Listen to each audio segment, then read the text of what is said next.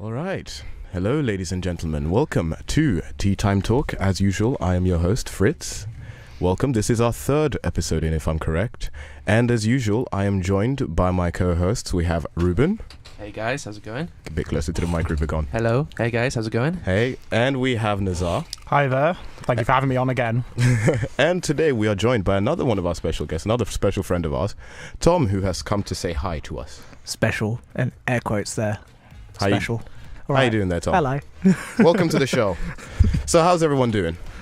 I'm doing all right. Not too bad. Yeah. We're all still alive. We're living. We're rolling onwards. It's the 5th week of university and we're all still alive. Is it? I have no idea. I can't keep track of Is these it the things. 5th week already? Yeah. The Yeah. end of The end of the Nice. 5th week. It's the Yeah, end, now we're it's the to 6th week. Oh, it's God. half the first time is half over. No. I don't. Sure. Thanks for Is it reminding 10 me weeks? about Is that. it? I have no idea. I thought it was like 12. I think It's no. 12, If it's I 6, think. it's because it's 6 weeks starting next. Yeah. It's 12. So yeah. Getting off to good conversation here. Hey, I mean, it's something.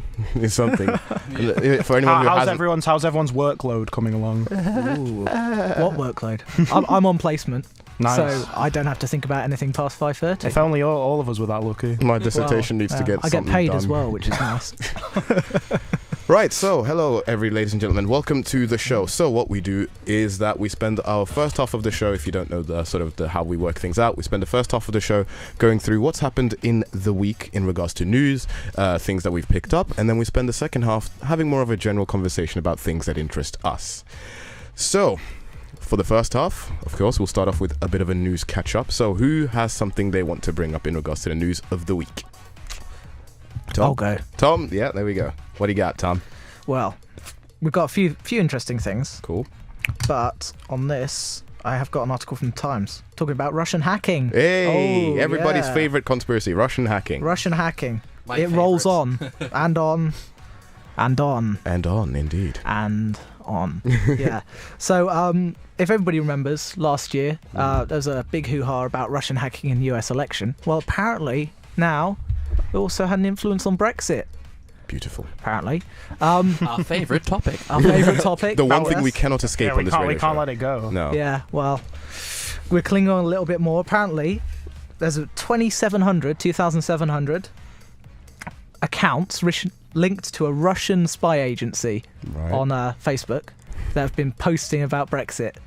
What are they saying? Influencing, I don't know, I assume pro-Brexit things, but I'm Leave like, maybe they did European 50-50. Who knows? Maybe they did 50-50. Maybe they were A playing bit Who of Wants to Be a balance. Millionaire, do 50-50. Stay I'm like- in Brexit. I'm like, no, it seems like most of these accounts were pro-Brexit. Right. The kind of accounts that also supporting Donald Trump in his run for the presidency. Obviously, we know that was successful, and as was Brexit. So maybe they've hacked our systems well enough that they know how to sway results properly. I'm expecting Russia. I'm expecting Russia to be in Catalonia very soon. Oh yes, they'll be popping up. I pretty think quick. what Russia's trying to do is just break the entire of Europe right now. They're just trying to separate everyone from everyone. Yeah, I'm like, it's interesting what the Russians are trying to do, because what they say and what they do is a very different thing. Has this been proven, lot. by the way? Yeah. This stuff has been tied to Russian agencies with ties to the Kremlin. So it's like 2 steps removed, but you can pretty much guess with this kind of thing that it's pretty much state sponsored. Okay. I'm like, that's quite an assumption to make, but yeah, We're just going to roll with it. we'll roll with it. We're not saying it's- Putin did this. We're just saying there's attachments to Putin. It's potentially. interesting how Russia is being very cagey about anything to do with this. KGB. KGB. Yeah. No. Ooh. No. I'm like. It seems like they're putting on one face for the world whilst doing something completely different. Like, you look at the hacking, trying to influence foreign elections, all that kind of thing. Mhm. But Right. Let Yeah, me ask you guys. What do you think about weird. it, Nezar and Reuben? What do you think about this? So Russia, of course, back again. What do you think? back again. Guess who's back?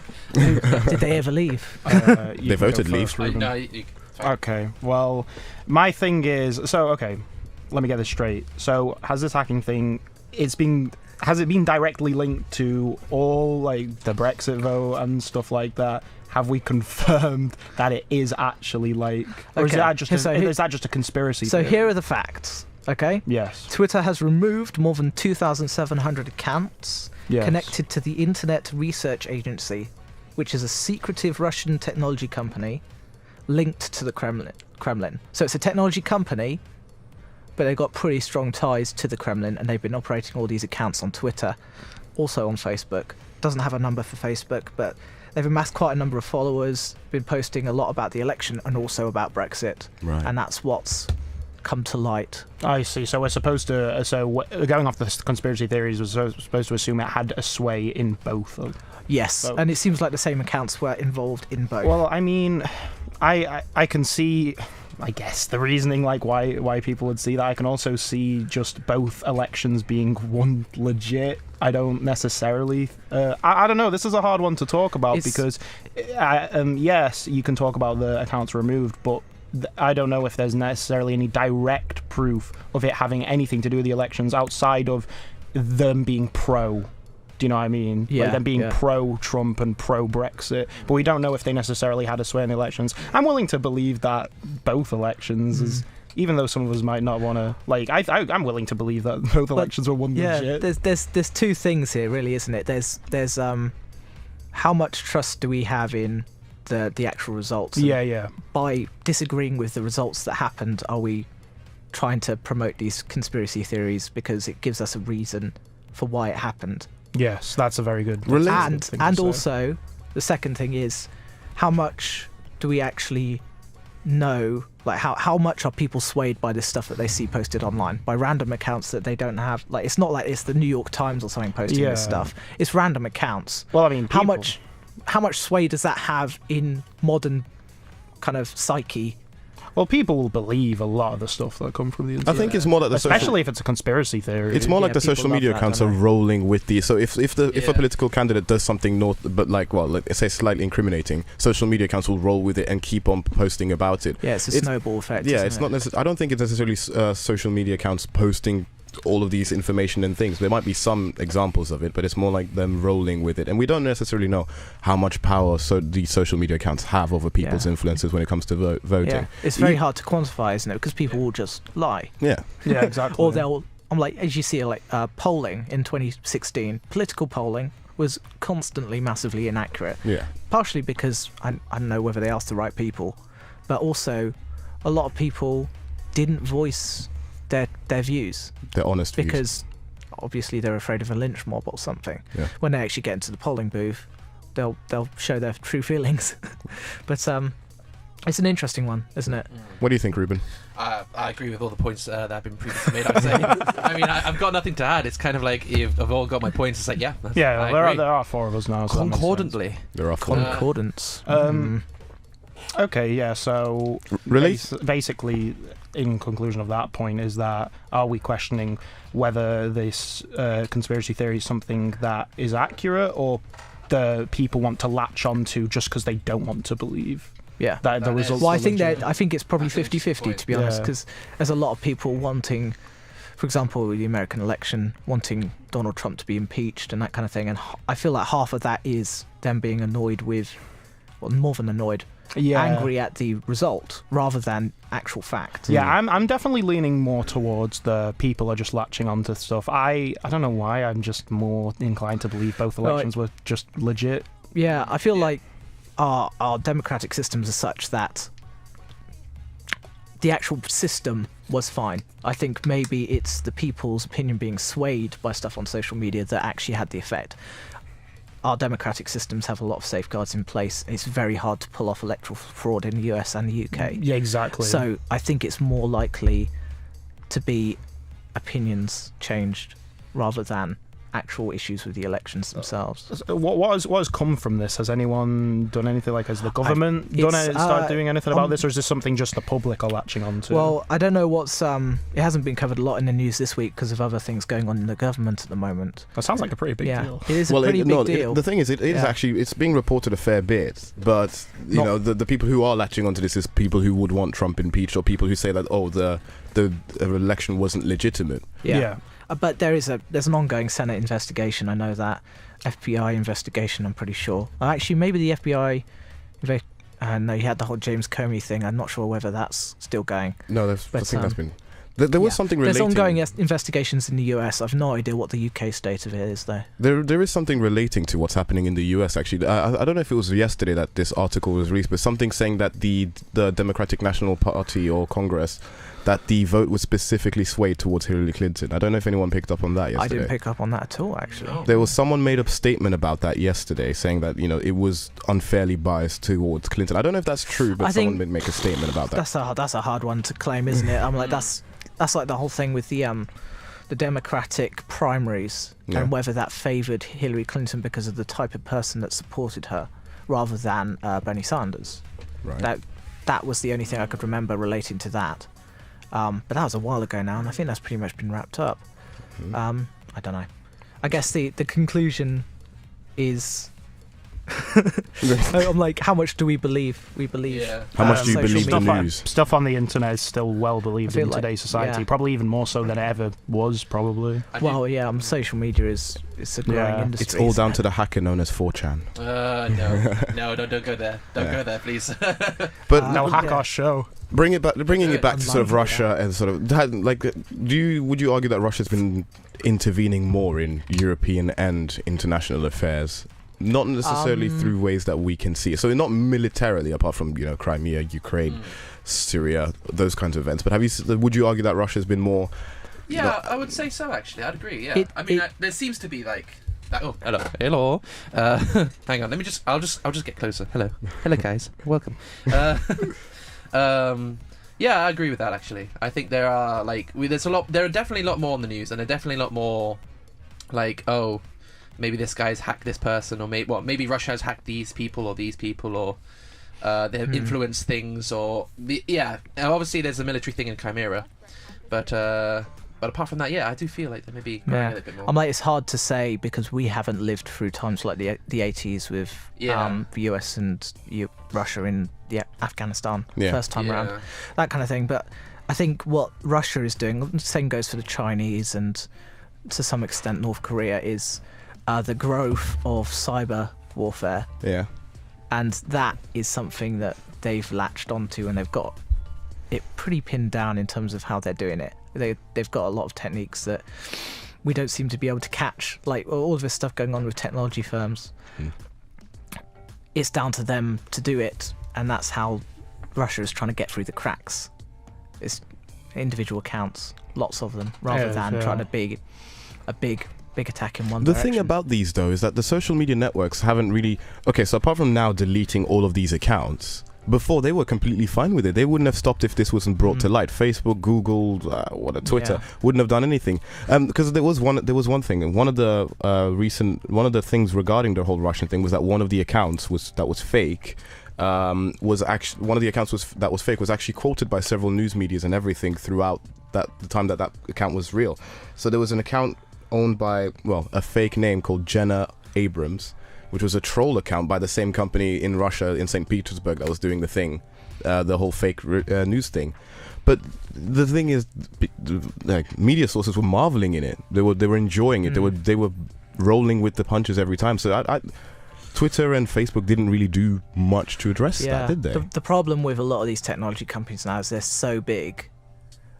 I think a completely new approach is needed to police this kind of thing, because their existing systems, I don't know how much people know about this, but for example, YouTube videos, there's been a big thing about harmful content on YouTube recently. Yeah, we've previously discussed this. Yeah, so policing that kind of thing, it's going to take quite a leap to be able to get to a point where this stuff doesn't happen as much, and we might have to put up with it for a few years. Right. Well, again, let me ask all of you: how would you address that then? How would you, if you were Mark Zuckerberg, how would you go about sorting out all these fake or accounts that are trying to spam false information or spread false information or spread things? How would you go about addressing that? Would it be an automated system? Because that's the thing, though. That stuff's like really scary, isn't it? Because it's like, how do you go about kind of sorting that thing? Because if you try to stop that, I'm sure someone is just going to find a new way, especially if it's stuff like cyber, as you were talking about cyber warfare and stuff like that from earlier.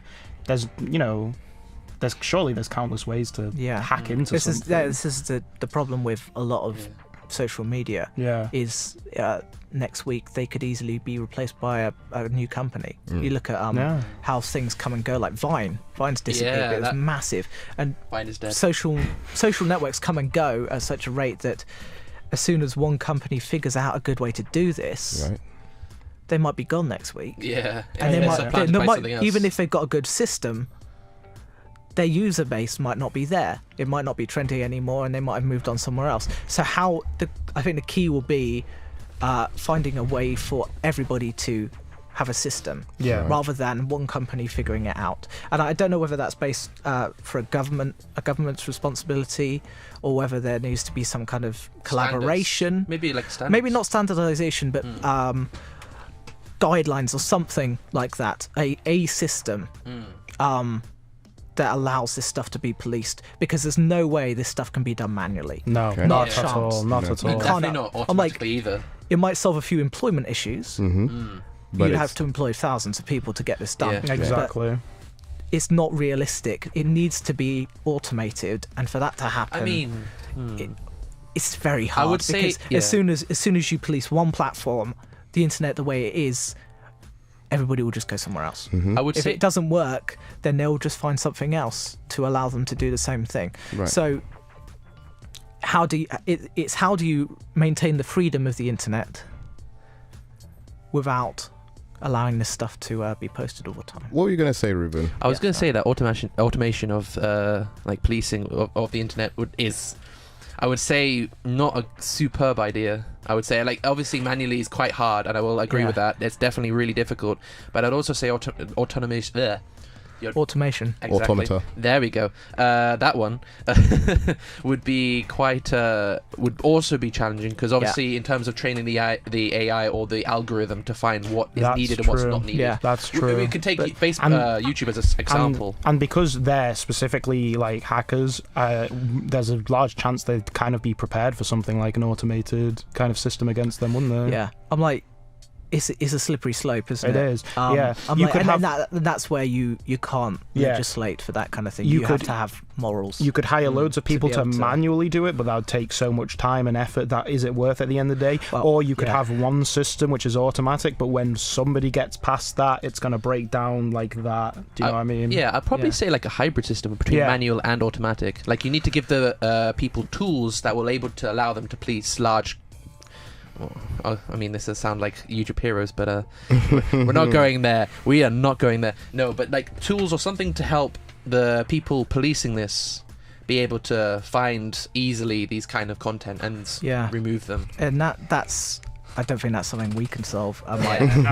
We're just a bunch of students at university. It's honestly, it's pretty worrying that this could be like the future of, like.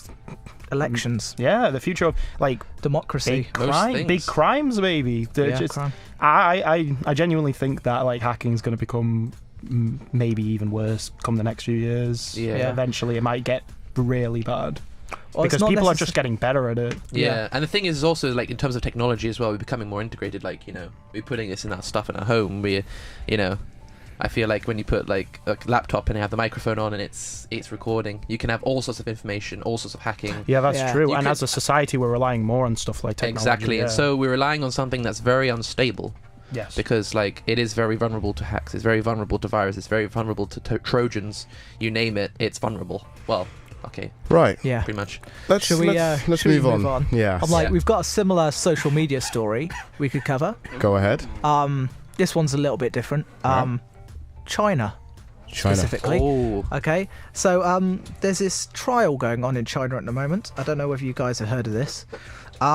Effectively, they're planning to implement a system that will rank their 1.3 billion citizens based on all kinds of stuff. You get given a score. Like, imagine a credit score in this country. Maybe not something people are familiar with as students, but it's a big factor in getting loans and stuff. Well, the Chinese idea is that this applies to everything, right? So you post a hateful comment online, your score goes down.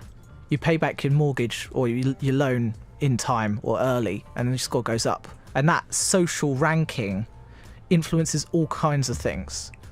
So there's an example in the article that I found, which was a guy walking into a hospital during a trial gets instantly pushed through to a VIP section of the hospital because he has such a high-ranking, really upstanding member, or what the Chinese state considers to be an upstanding member of the community. So this is a lot like an episode of Black Mirror, then. It is very Black Mirror. Where you get, very Black Mirror. Yeah, because you get rated on how you are in response to society. Yeah. Well, so this feels like, okay, again, this feels like the state controlling human beings to what they want, to have a certain sort of citizen. What do you guys think about it? Reuben, what do you I dislike this idea entirely. Really? Like, because obviously in terms of humans, like, people just say say things they don't mean sometimes. Like, on YouTube, like, most people say offensive things without really thinking about it or without considering their implications. And so when you start rating people on what they say and what they do, I mean, obviously it will make people more conscientious of what they're putting down on the internet, but at the same time, like, if someone does go a bit, just says something mean without really thinking about it, then I do fear that they're going to get obviously downrated. They're going to get some benefits of having a high social rating is going to come back to bite them later down the road. I'm not sure it's not just necessarily about like saying something good or bad, like morals and all that kind of stuff is different for everybody, but I think the main issue with this is who's deciding what makes you go up and what makes you go down. That's the problem. Is the Chinese government has the power to say, okay, if you're saying something that disagrees, say for example, you are living in Hong Kong and you're speaking out for independence in Hong Kong, independent government, not ruled by China, your social rating could be put down because the Chinese government is deciding that that's the kind of thing that should put you down. That's terrible. Whereas yeah. that's stifling free speech, among many other things. Yeah. You could use that system to do massive damage. You could use that system as the government to basically do whatever you want. Well, Exactly. the people who support us, they're getting rated higher than you. Yeah, exactly. Yeah. And it'll always be favourable of the government who's in power at the time. So it can even be just the one government continuously getting elected because they're in power of the system. That's the problem. That's getting into stuff like, you're controlling what people are now. You're basically removing, in a way, for lack of a better term, you're becoming, in a way, a dictatorship because you're stopping what people are saying. It's very totalitarian. Yeah, you're stopping what, like, free speech altogether because nobody can say what they want about your government because lower. Yeah. You know what it reminds me of, actually? I don't know if you guys have been watching a programme, what's it called? Gunpowder on the BBC. All about the gunpowder plot. Kit Harington. Bit bloody, but it's quite good. And a lot of this reminds me of the switch around that time. You'd have a switch between a king and another queen and king, and you'd just switch from Protestant faith to Catholic faith to Protestant faith. Yeah. And people would be killed for what faith they had. This is very similar, I think, because government changes. Yeah. All of a sudden, these people at the top are going to get shunted down to the bottom. Yeah, exactly. And it's all it is just a constant cycle because revenge, like, brings on more revenge. Like, perfect example is the Catholics and the Protestants around the time of this, I don't know, the Tudors and that kind of thing. Yeah, that's really terrible if that's the case. If that's the future of, like... Well, yeah, because obviously the government's interests are going to change because, eventually, people retire, people change, people retire, people go off, people get hired or put into power. So obviously the interest is going to change dramatically. Yeah. Dramatically and drastically combined. Dramatically and drastically. Yeah. Dramatically. Yeah. New word, guys. It's Dramatically, dangerous. tastically. Yeah. But again, this is what is Chinese? I'm inclined to call China communism, but it's not. It's like a capitalist communism. Right, it's a modified version of it, isn't it? They have a communist party, which is the ruling party. Yeah. And they're very Marxist in their views and all that kind of thing. But there's a growing capitalist kind of element of the way China does things. Just look at actually this story particularly has a capitalist element to it, because there's trials going on for this system, right? All these different technology companies are vying to be the one who provides this rating system. So They could put themselves on the top. So we've got a tender competition. That's capitalist in itself, isn't it? I'm like, who's going to create the most money? Who's going to do it best? That kind of thing. It's not. It's almost it's a very weird contradiction for China. But yeah, again, that's a capitalist element. And see, if all these companies are vying for power over this, imagine what they could do with like certain employees. Like for instance, if you're at the top of the pay grade, you could put yourself in a nice safe bubble. Like no matter what you say or what you do, theoretically, if you own the system, you can technically put yourself wherever you want. Yeah, because you support the government. So exactly, and yeah, you can. In fact, you can probably insulate yourself. So you can make it like an anonymous account that's outside the system and go, oh yeah, this guy is terrible, or he's doing terrible things, but they're immune to it. It's honestly looking like a very bad future if that's the case. Is there any like? Is this just going to be the new system now? Is this just what? Is this more like a trial? They're trialing it. They're trialing it out. Yeah. This is a trial. There's a few different projects going on in different areas of China. Right. There's tens of millions are taking part in the experiments, but obviously China has a population of 1.3 billion. Yeah. So it's a very small proportion.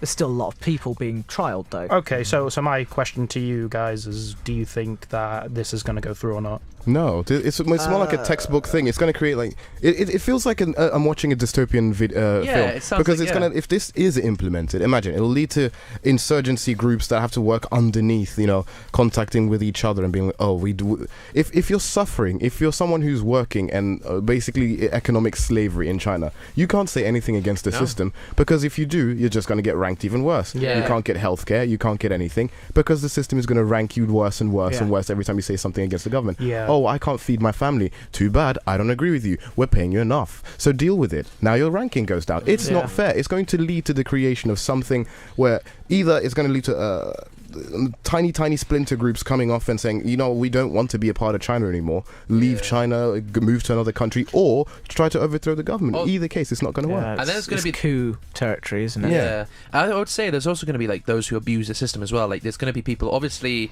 who probably aren't in a good situation, but they're going to kiss the feet of the Chinese government, and they're going to get better ratings. And while the other ones are going to, so it might create division between the working classes as well. Like obviously you said there's going to be splinter groups. I think in terms of the people, if some people are playing the system and going, oh yeah, we can kiss the feet of China, of the China government, they can just insulate themselves while everyone else suffers. Yeah. There's a couple more things I just thought of. Another bit in the article, and this is an interesting one because in isolation it doesn't sound that bad. So part of this, one of the trials going on is about housing, and the idea is that you'll get penalised if you have a larger house for just a single person. What? Right. Welcome to the bedroom tax China edition. There's an element of this which is looking at the amount of space each person owns. You have to have a certain amount of points to buy a house. You have to have more points to buy a bigger house just for one person. That kind of policing, although part of this system, maybe is an element that is actually a bit more reasonable. China's just become The Sims. I need a level 14 to get this house. Yeah, it's a little bit like that. Become an RP frigging G. Oh my god. It's a bit mad, isn't it? Okay. So how many power moons do I need to get to buy a nice house in China? So in the end, I need more experience. This whole new system, is it going to be something like they're going to vote like the public, like, oh, do you want this, or is it a government decision? Unlike it's a communist party. So the government's going to go. It hasn't been pinned down, but I don't think it'd be unreasonable to assume that the people are not going to have any choice about this. So they don't have any since options. the public aren't having a choice, going back to my question I asked earlier, will they adopt it? There's a chance that they will and just not care what the public have to say. That's possible, yeah. I'm like, the other... If they want to stay on, then they do that. Yeah, I guess so, yeah. But another bit here. Lots of bits. Okay, so another bit, right? How does this work with tourism? Right? How good is if I fly to Beijing tomorrow, yeah, and I go and stand in a square, yeah, and start talking about how terrible the government is. Mm-hmm. How does that work? You get arrested. You can get arrested by the With secret this system. police. With this system. Okay, yeah, maybe I get arrested. Police. But how does that work with this system? Because all of a sudden, you could have Chinese citizens living under different laws to, tourists. It would probably turn into something like North you Korea, could have though. something like a group of Chinese people wanting to get a message out and simply inviting tourists over and having the tourists talk about the system, it. technically. Fritz, How does that work? What Fritz just brought up was actually a good point. That's sounding very like North Korea. Yeah, Like what they could do is just isolate themselves. Yeah. Like if people like actively previously have associated themselves with like anti-China government stuff, they may not even let you in the country. Think about sounds it. very American. They might look at your social media Like to if you're and planning- tell if you're allowed in the Yeah. country or not. So even if you're a tourist and you say, "Oh, I want to travel to Beijing," let's say tomorrow, well, there'll probably be pre-screening checks where they'll say, "Oh, let's check this person's social media. What has he said about China before? Why are they coming to China?" And then they might reject your visa because you do need a visa to go into China, don't Exactly, you? yeah, so they they'll can- reject your visa, so you can't get access. Or even if you do get access, they'll limit you to what you can see and what you can do. Yeah. It's basically North Korea, but on a bigger scale. Yeah, that it's not sounding like a good Yes. situation at all, and I hope personally they don't adopt this whole thing. But Yeah. the We will future see, is won't we? unclear, especially with a country like If China. they Yeah. do, it might serve as some useful lessons to us. In regards, In regards to Don't do it. the Western world and managing social media. Can I Yeah. pose a neutral question? What's the you don't have to take opinions on this or whatever, but what are the benefits from them adopting the system? the benefits is the government Well, I gets mean, total control over it. Theoretically, it's technically a really good way of policing the internet. Going back onto our previous topic, 'cause Probably obviously- would it also that's a Everything- very good point. Yeah, because everything you say now has effect. Yeah. Now Yeah. everything you say is now has consequence. The thing about the internet, the thing most empowering about the internet, in terms of like saying what you can say whatever you want without the repercussions. Like if I was to be insultive to you in face, you can take issue with me and punch me in the face. Yeah. But on the internet, you can pretty much say almost whatever you want. But Yeah. as soon as it becomes a case of, oh, the government are seeing what you say, and now going to rate you on it, and depending on your rating, you can, go to get to the front Get of the that line holiday you of. want. So could we Get the assume house you want, So, get the so could we protection you want. So or you could, Get the job could, that could we you assume love. it could arguably make it a safer country? theoretically, it could make it or make it safer, Well, but like in a really In terms of dystopian, in a dystopian terms way. of like you won't do crimes. You also won't do anything we don't want you to do. Exactly, So yeah. there'll be no crime, Yeah, there's no free speech. but there also won't be any. I'm like, there's There's Welcome no free to China. Yeah. We're perfect as long as you like what we say. No, Exactly, see, it's the uncanny valley almost. It's like it's perfect, but you can tell something's off. You're looking Yeah. at it going, oh look, it looks That's a it looks classic good, movie but now it's like, scenario, that is. I don't think something's right. It's a bit too weird. Yeah. You need- Another positive. This is a little bit socialist or left wing, Uh-oh. right? I Ruh-roh. think the housing concept might not be far off something that might actually need to be adopted What here? How so? at some point. But that doesn't work. Or though, because- at least in what sense? some rough sense.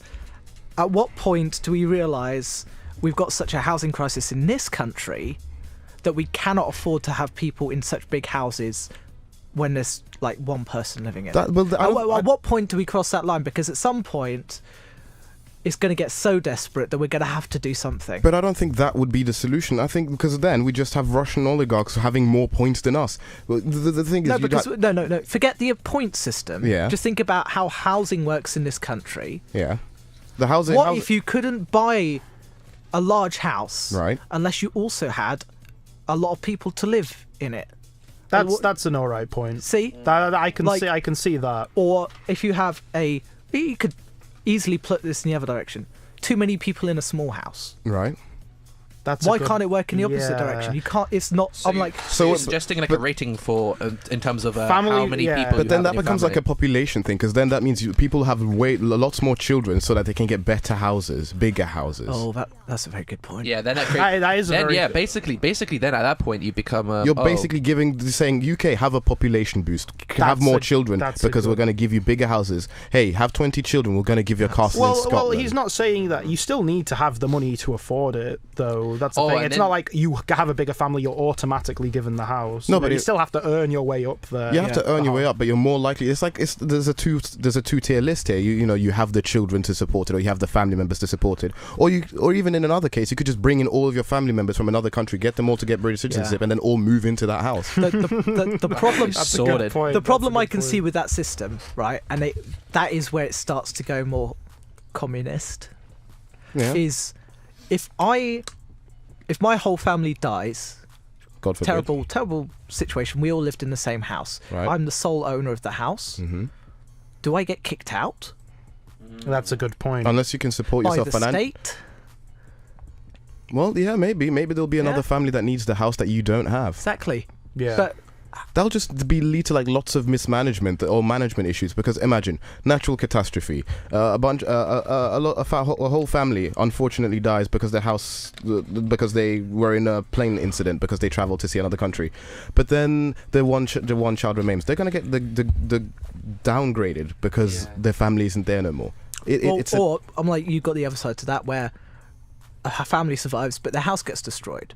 The people at the top of the list with the most amount of space per person are the first people that get gone to take those people in, to look after them while they get a new house. Again, I don't know.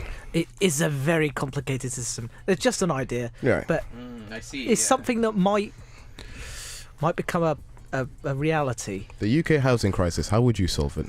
Well, yeah, it's something Taller something- houses, taller flats. Just turn it into like council estates, like they did in the. Well, it might potentially be moving into the UK is an island, potentially building houses into the sea, Yeah, potentially building houses into the channel. floating islands. I think Built we by have other man. options before we get to that point. Okay. Well, last week we had what was it? Amazon trying to build towers where they could shoot their parcels out. that was No, not funny. towers, airships. Airships where they could shoot where packages. where you had to fly You know- your drones up there to pick You know, them for the up. drones, they're planning to use an airship because technically, when you fly, if you have to lift the drone up constantly, then obviously that uses power. But if you get it all in a state like a Airship.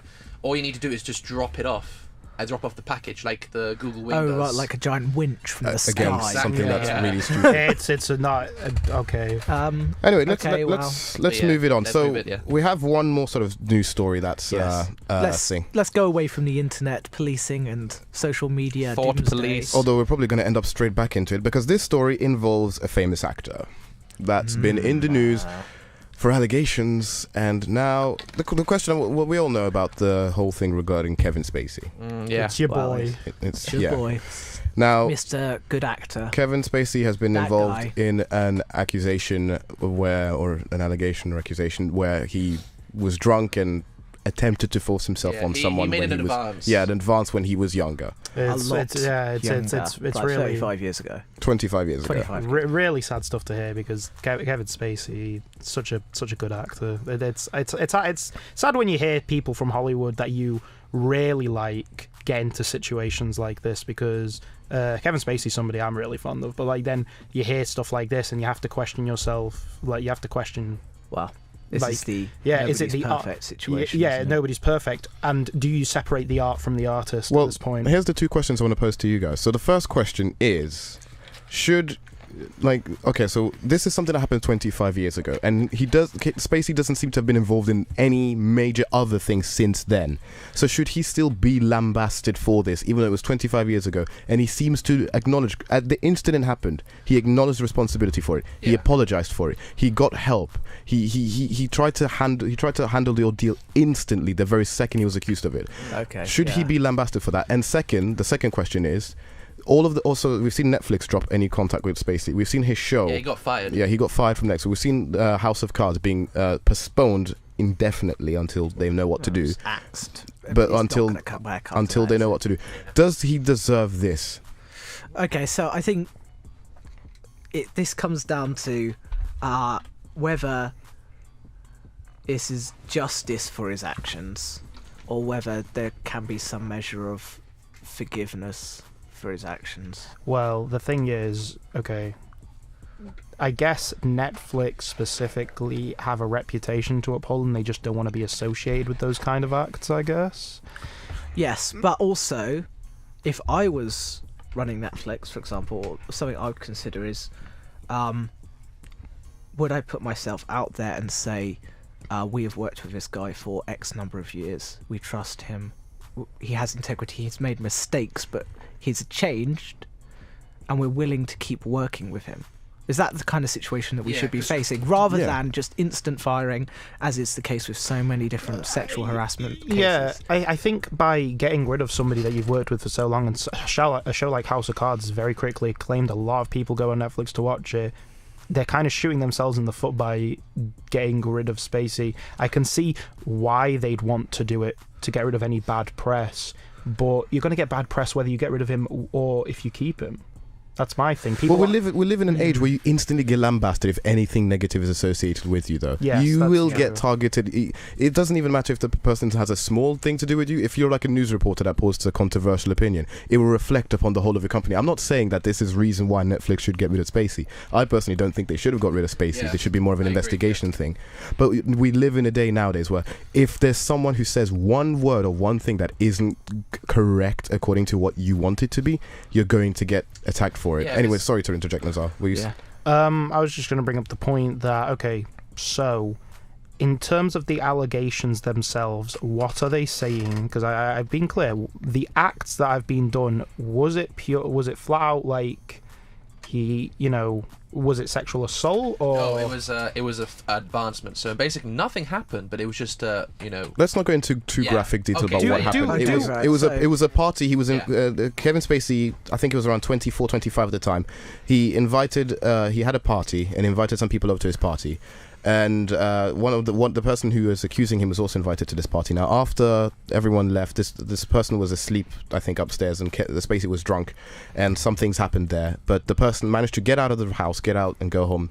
The person apparently was 14 at the time, I'm assuming, or if I'm correct. Yeah, it was. Which makes me question, why is a 14-year-old at a 20-something-old party? Why? Yeah. Okay. But that's a different question. Anyway, so yeah, nothing specifically happened to this person. This person got out and ensured that they were fine and safe. It was just that there was an advancement made. So, okay, that's we need to pose the question. Should people get punished differently for sexual assault and advancements, or should they be put under the same category? Well, what do you think?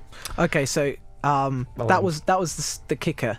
That's the beginning of this whole thing. Right. Since then, as is often the case, there have been a few more claims against Spacey in following years.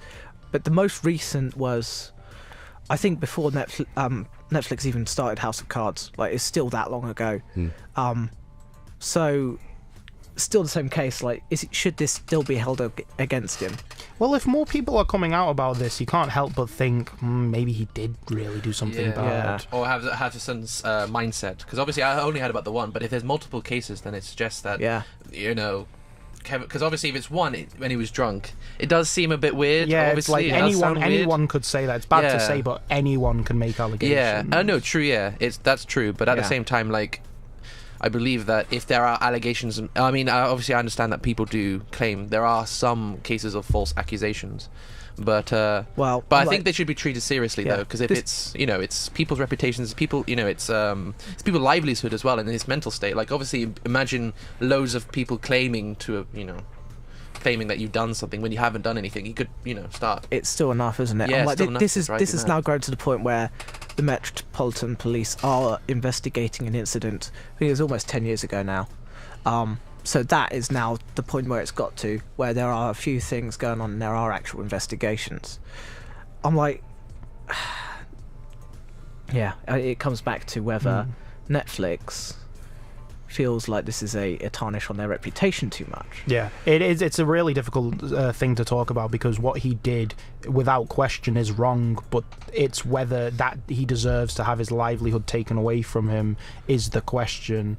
Or part of his livelihood. Yeah, part of it. Like, a pretty big part of it, yeah. It's going to have a knock-on effect, because, like, granted, people probably will hire you because, it's Kevin Spacey, especially if it's like a small thing, but that's Kevin Spacey, he has so many allegations against him, this is going to make our thing look bad, let's not take him in.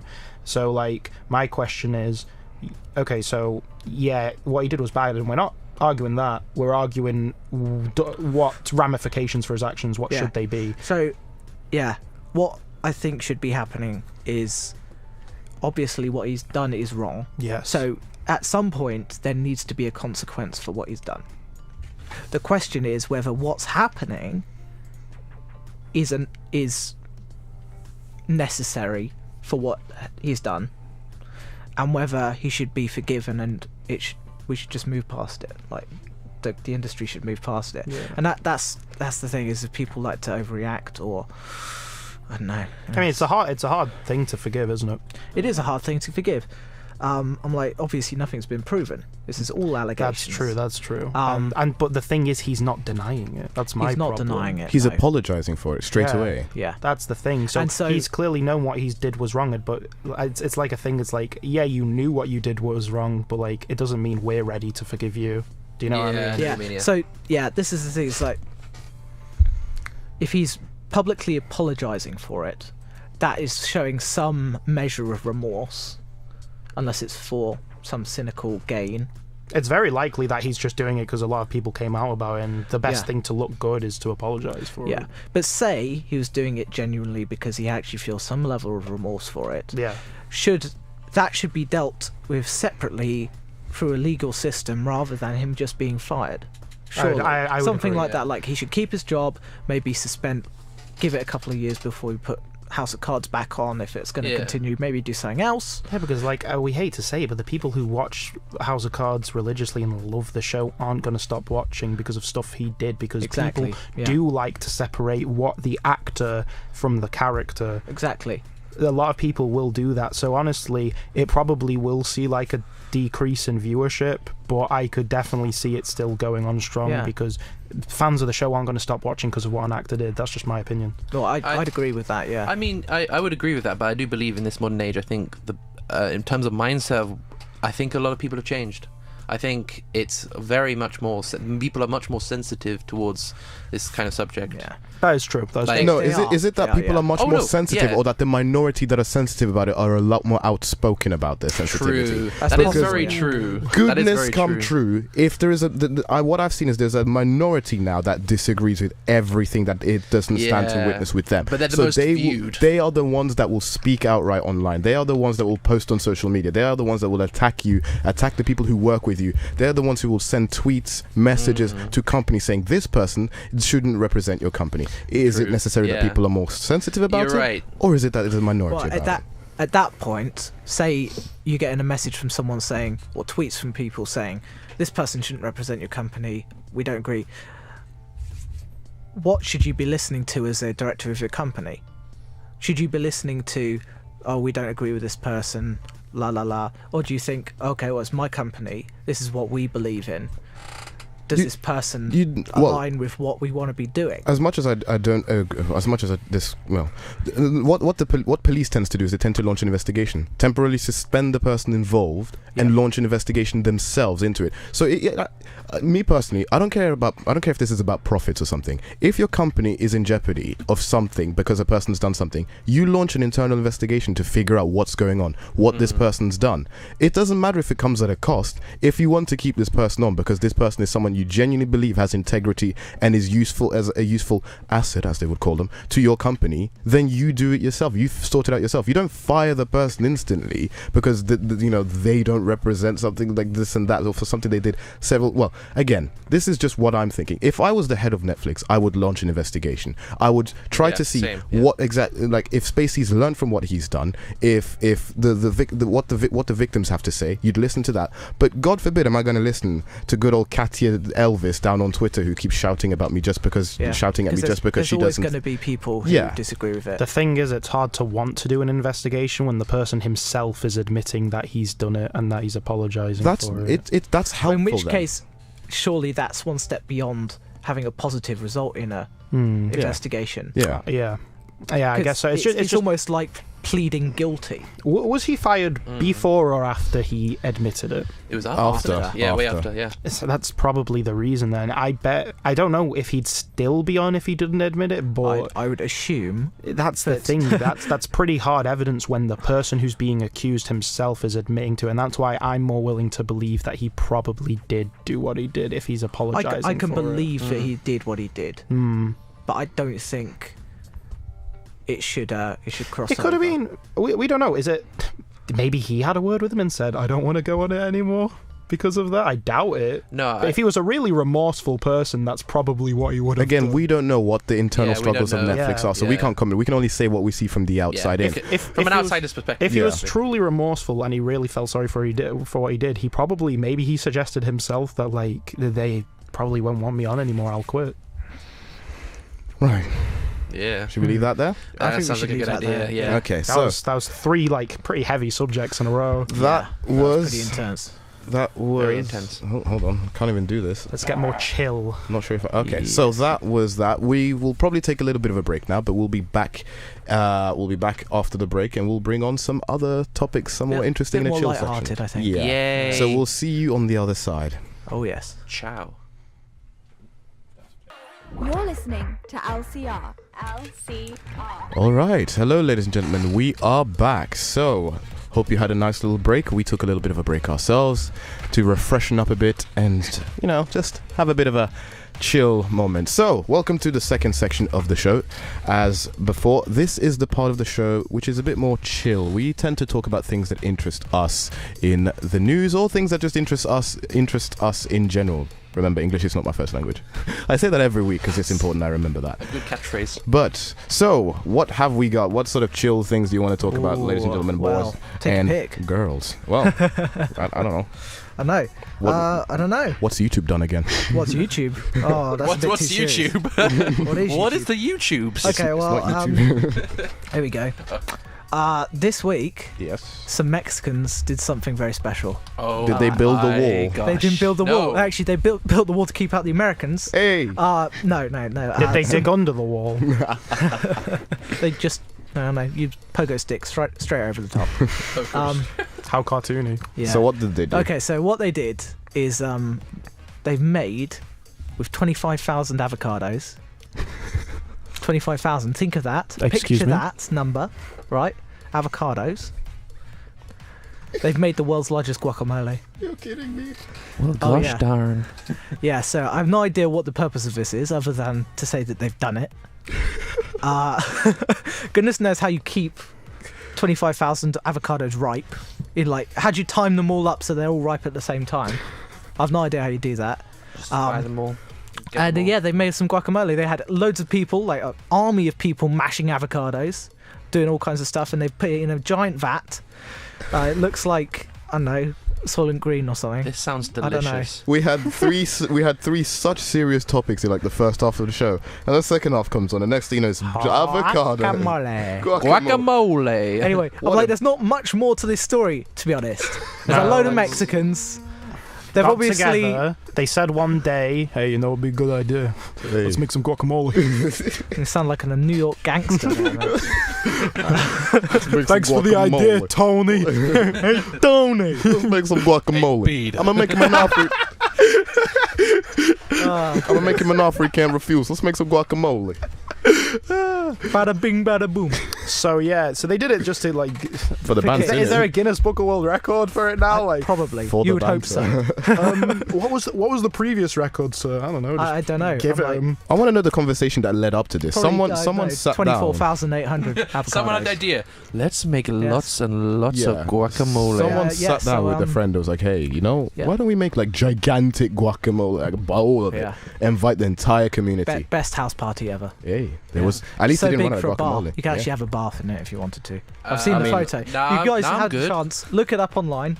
It's giant vat of guacamole. I mean, do I want to take a bath It's in great. guacamole No, though? you Like, want it? No, eat it Yes, you instead. do. You don't want to do it either. I hate guacamole. Can't stand Oh it. man. What? What's wrong with you? Sorry. I mean, not by itself, but if you mix it with like salsa, sour Yeah. cream. Ooh, I here's guess one. so. Here's one. What is your favorite sort of salsa dip, or is it salsa, What? sour cream, or guacamole, or what are you gonna go I for feel here? like Or like this natural is a loaded cheese. question, considering we're talking about guacamole. Ooh. Well, come on. This question is biased. I'm not answering it. Why is it biased? Liberal questions. Hey, I'm not. I don't even know. Liberal bias. There's no bias here. I'm just asking what your favorite sauce is. I We would, just- I would say the salsa. The salsa Okay. is superior. You know what? I don't like sauces, so I'm gonna pass. He doesn't like sauces. What? He doesn't like academic You sources. know what? I feel like my favourite's the guacamole because it's green, and green means an awful lot to me. I'm all Okay. about the sustainability stuff. So I think green Making really guacamole. represents how much I care about the environment. Guacamole represents how much I care Every about the time I have guacamole, What? it reminds me of that and my passion for sustainability. I mean, So, yeah, I mean, that's a beautiful- guacamole for me. that's a beautiful But sentence. I'm happy to have other things. I'm happy to mix it up because mixing is good. Separating things out, separating people, it's not a good thing. Why are you looking at me while you're saying I don't that? know. I'm just looking straight ahead. Don't worry about it. Okay, Please point. tell me we have more topics on top of We this. have- we do. We have. we've got to talk yeah. about guacamole for 45 Yeah. minutes. Good luck. You have 45 minutes Okay, to talk well- about guacamole. Wow. Good luck. Right, instead of a 2,000 word essay, 45 minutes on guacamole alone. No, 2,000 words. It's nothing. Easy. Easy, Eli. I'd How struggle does a the bit green more. make you feel? Environmentally friendly. Oh yeah, envious, Right, so what was the other topic? There was one about your boy, Mr. Farage, wasn't there? Mr. Farage. Oh. Oh yes, He's back. my boy. Apparently, Guess who's back? Back again. the Farage boys back. Tell a are friend. out of town because they're in America. Causing Nice. Oh havoc. yeah, Mr. Farage and his campaign manager, or the guy who was behind the money for Farage's Brexit madness. Brexit madness. Brexit madness. They've gone off to California recently, not because of the surfing, Oh. but because apparently there's another independence referendum to ruin. They want to try and make California independent, or at least they're joining in the effort to make California independent. They want to try and split California into East and West. Okay. Oh, I thought they wanted to California. split California away from the US. Yeah, That as well. That as well. I'm not completely sure which bit is going to Whoa. be independent. but two splits. California is also Do wants the to be splits. East and West, apparently. I don't know why. How would you split it? It's a straight line. It's a straight isn't it? line, yeah. No, but why split a state as well? Because obviously, Well, California is the it's a big the one. largest Always the voting largest one. population. But like, in terms You're of- already in terms taking of, away from the rest of the in terms country, of GDP. though. Yeah, I'm talking about economically. Like, Yeah, I don't. What's split it. what's the advantage to this? Can somebody Yeah. fill me because in? Canada Vi- becomes. I Viva mean, la not Canada, revolution. California. I don't know. California. California's. I'm Canada. like, I don't know if you guys have ever been to California, I have, but yes. there's No, a I'd get lot shot. of- You maybe not in California, mate. Try Alabama. Yeah, you wouldn't get shot. I can't go to America because I genuinely am scared I'm going to get, hurt Lynched. Don't worry about it. hurt by police. Anyway, yeah. So California has a big thing of kind of independent spirit. Yep. To it. Yeah. You see flags. I'm like, I was in San Francisco, and alongside the US flag, you'll have independent. Like is it a single bear or something? What, the Canada, The Californian flag? Californian flag.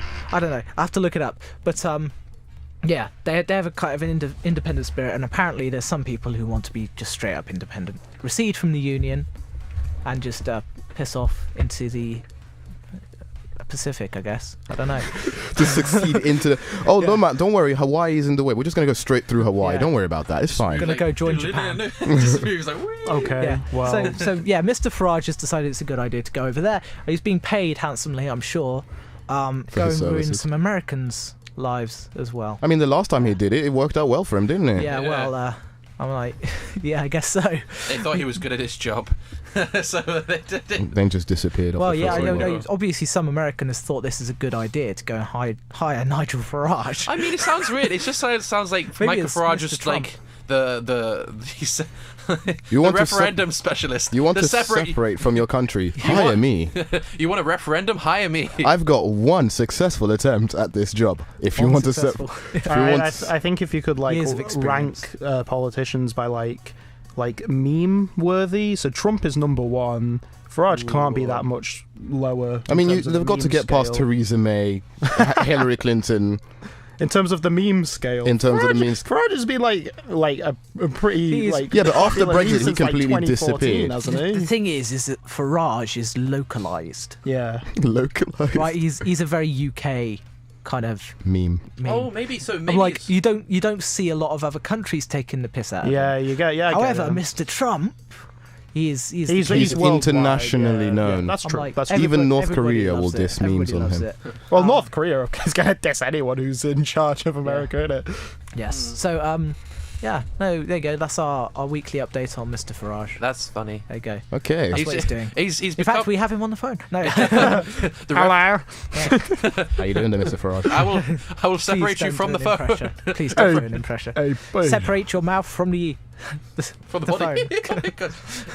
Oh God, imagine Okay. that. I don't think Right, we'd ever yeah. be able to get a Farage on here. That'd be nice, though. That'd be Maybe interesting. you'll get very desperate one day. So, we're introducing a little section called Reuben Rages. No, we're not. No, we're not. Reuben's rants. I don't Reuben's think we- rant. Don't want to do this. Please don't make Okay. me. Okay, Don't. no. You've done it 2 weeks in a row. Yeah, but I had reasons.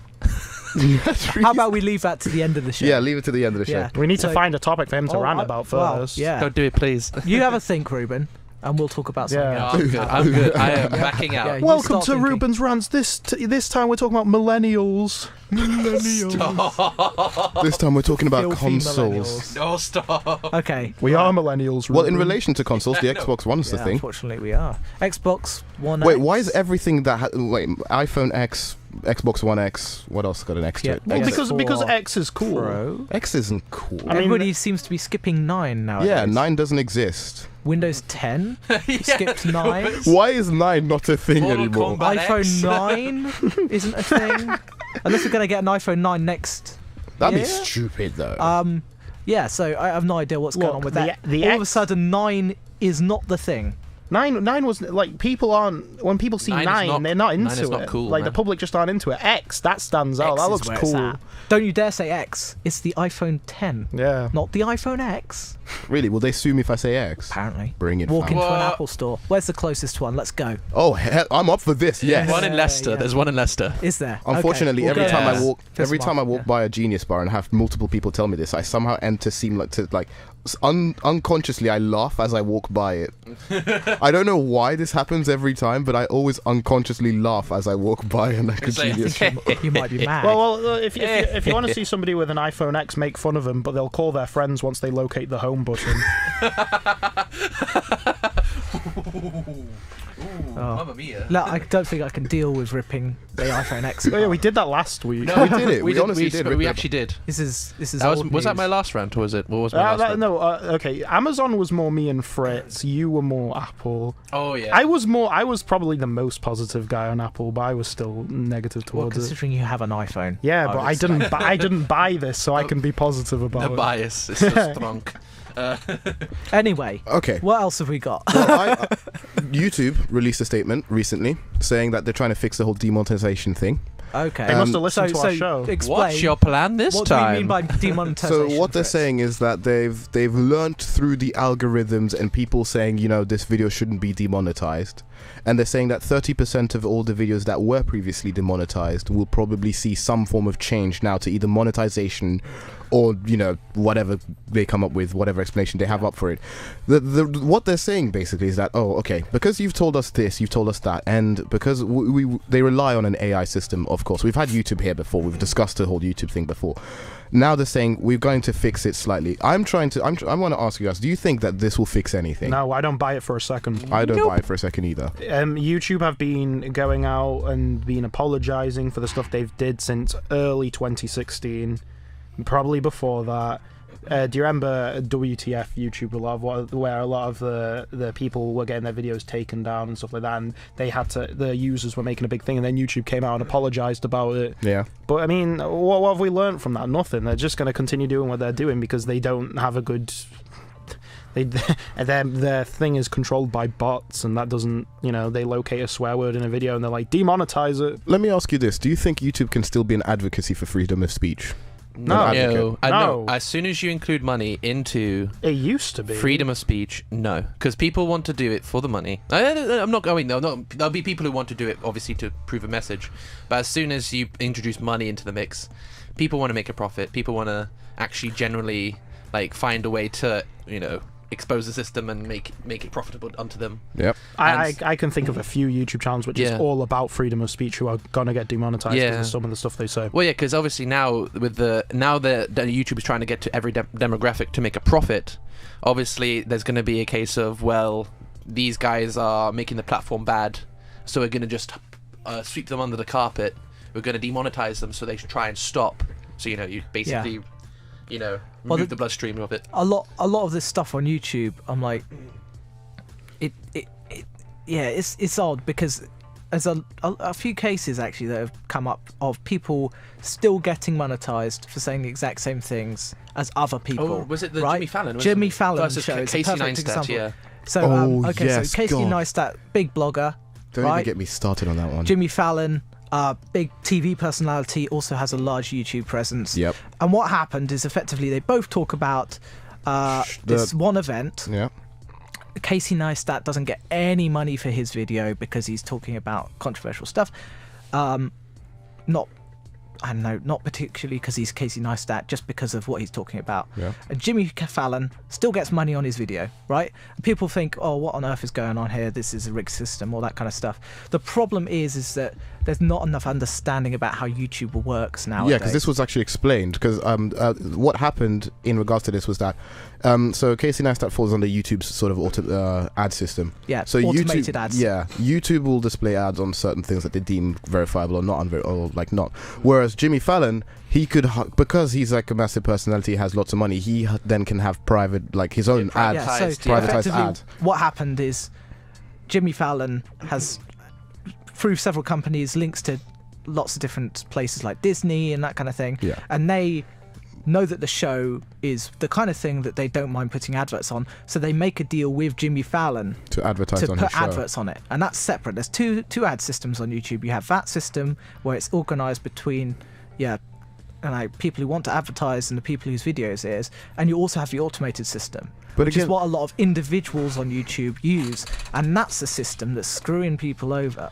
But again, this is not fair because YouTube should not be made up of internet personalities and TV hosts and shows like that. Every time I see an Ellen DeGeneres thing on YouTube, I'm like, no, I'm not going to watch this because you're a TV channel. You're not a YouTube channel. I'm here to support the people who independently create content on YouTube. Something like Revolver Digital, I would support them because they are an independent studio coming together, creating things for the interest, for creating good content for people. Whereas Jimmy Fallon, Ellen DeGeneres, or even James Corden, lovely fella James Corden, but I wouldn't watch his stuff. I wouldn't. That's the thing, though, because it's adapting tactic. It's the fact that I said, previously last week I suggested that maybe the internet was fate. Was it last week? I said the internet was overpowering the TV demographic.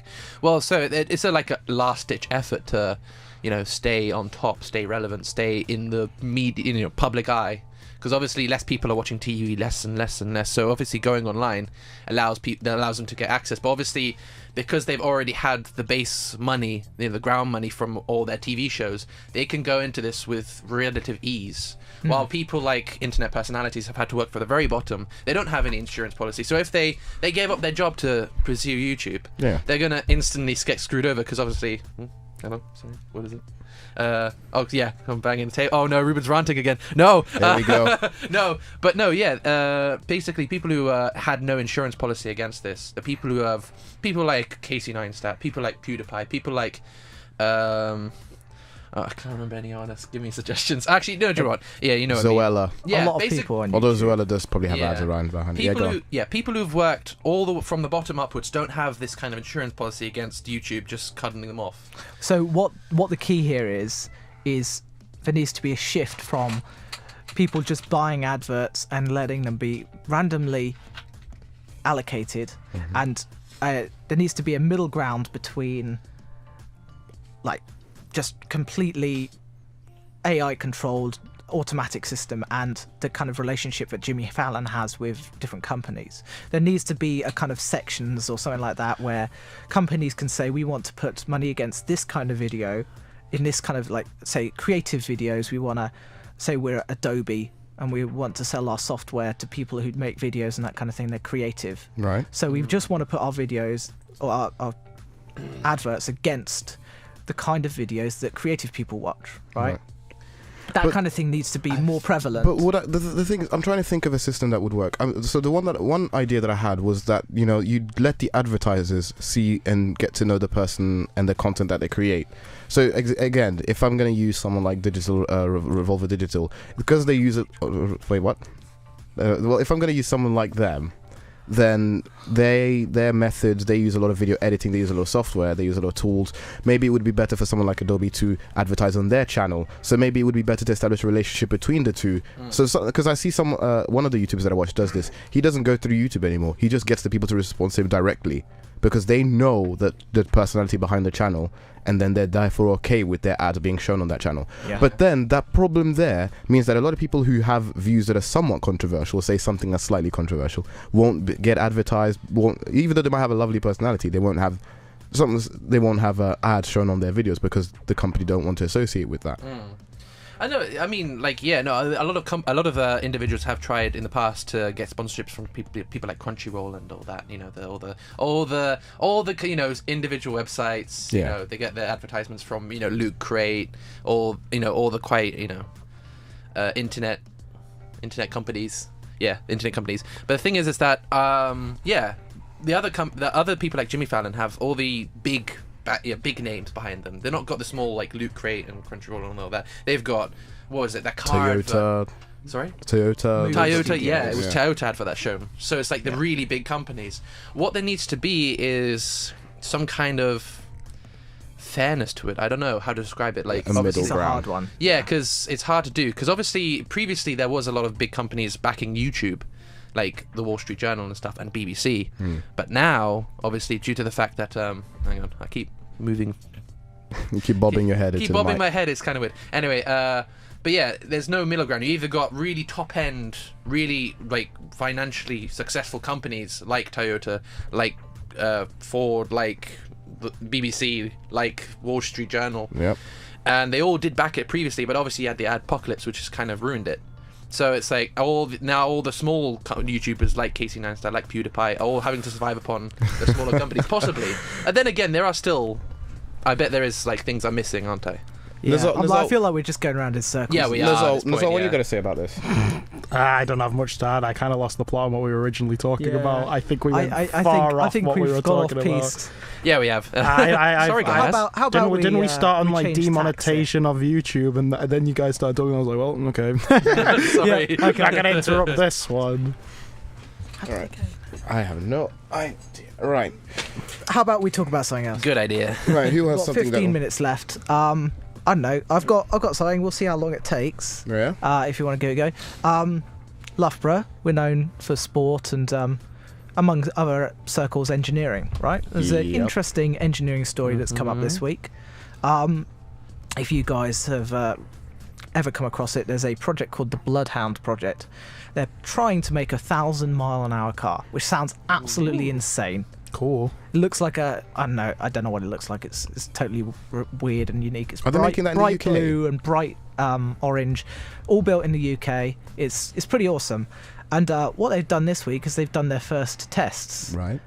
First step on the road to actually going at 1,000 miles an hour, which is pretty cool. I think. They tested it down in Newquay, down on the runway. I was going to ask, what? Random runway that nobody really uses that much. They went about 200 miles an hour, which is pretty cool. That's fast for a normal car. Yeah.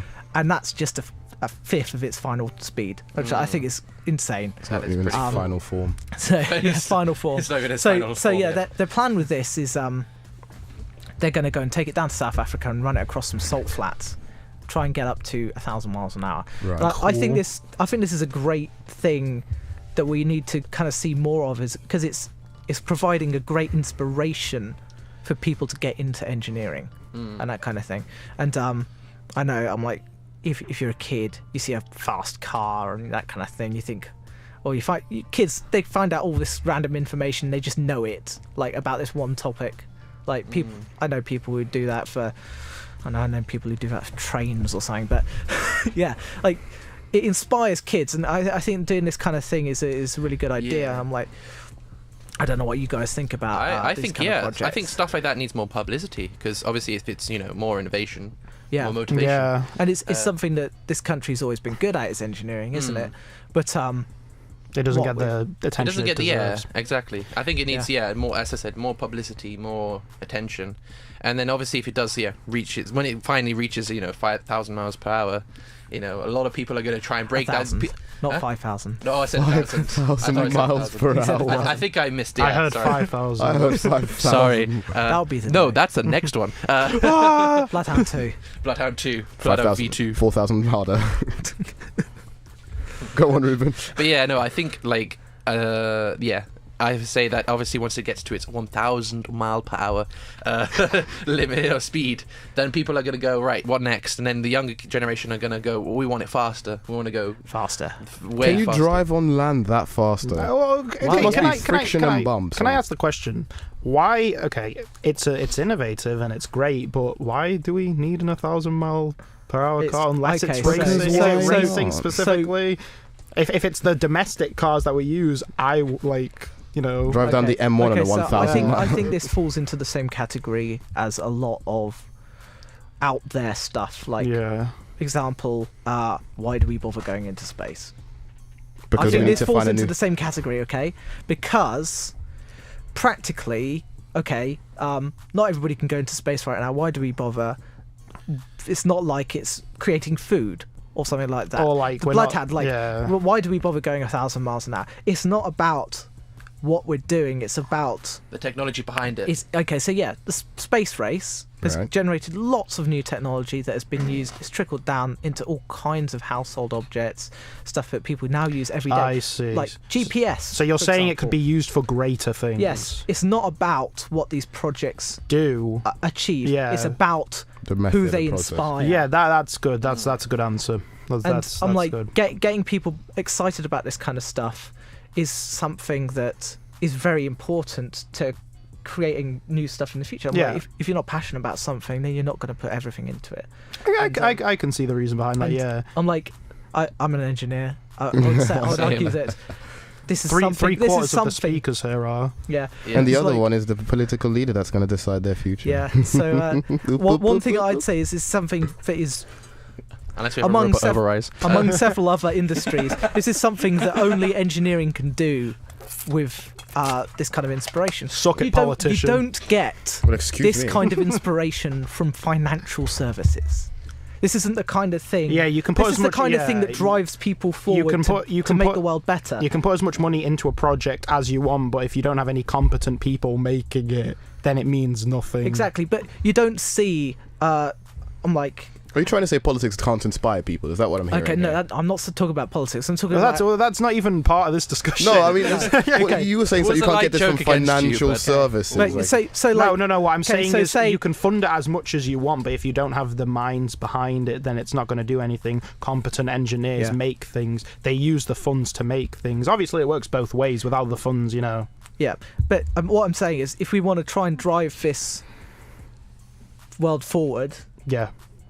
I'm like, yeah, doing Yeah. like No, improving food production, solving poverty, all that kind of big blue sky stuff. Yeah. It's this is the kind of thing that we need to see. We need to see people doing crazy stuff, so that It can inspire it others. inspires people. Yeah, and that's something that a lot of people are missing. I Do think. crazy stuff, inspire people. What Tom, is- 2017. Yes. It's, It does. I think Hey, a why lot not of go- people why not go rub a lack shop? Oh, inspiration. no, that's not.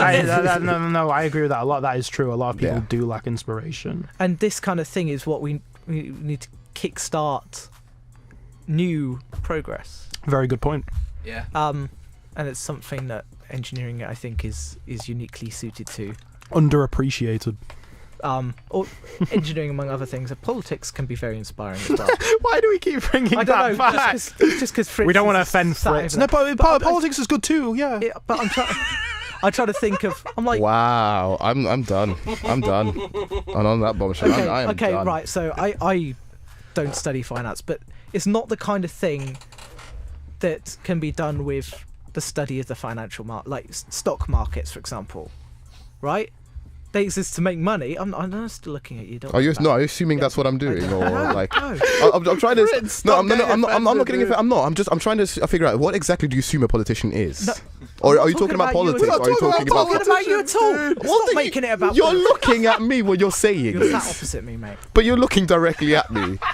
with like those eyes, like this is not something Let you get there from the be peace on earth, my brethren. Okay. Well, anyway, Okay, so talking about financial this is a project institutions. that's happening. Yeah. Okay. So, yeah. You wouldn't get that kind of inspiration from financial institutions because the study of economics isn't necessarily something that inspires a lot of people. No. There, good. Very well said. Okay, can I argue my point now? Okay. Well, I didn't even know this was a What was debate. your point? This isn't a debate.